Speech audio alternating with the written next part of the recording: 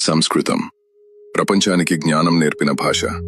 కానీ మనమే ఇప్పుడు నేర్చుకోవడానికి సిగ్గుపడుతున్న భాష. శబ్దమే శాస్త్రం, శబ్దమే బ్రహ్మం అని చెప్పినది ఆ తరం. శబ్దం వినిపించిన అర్థం వెతకని తరం ఇది ఈ తరం. ఒక అక్షరం పలికితే అర్థం పుట్టేది, ఒక మంత్రం ఉచ్చరిస్తే మనస్సు మేల్కొనేది. వేదాలు మాట్లాడిన భాష ఇదే, విశ్వాన్ని ప్రశ్నించిన ఋషుల శ్వాస ఇదే. మన జ్ఞానానికి మూలం సంస్కృతమే, కాని ఆ మూలాన్ని మనమే మర్చిపోయాం.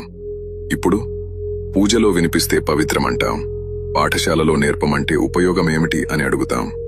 మంత్రం కావాలి కాని భాష వద్దా, సంస్కృతి కావాలి కాని సంస్కృతం వద్దా.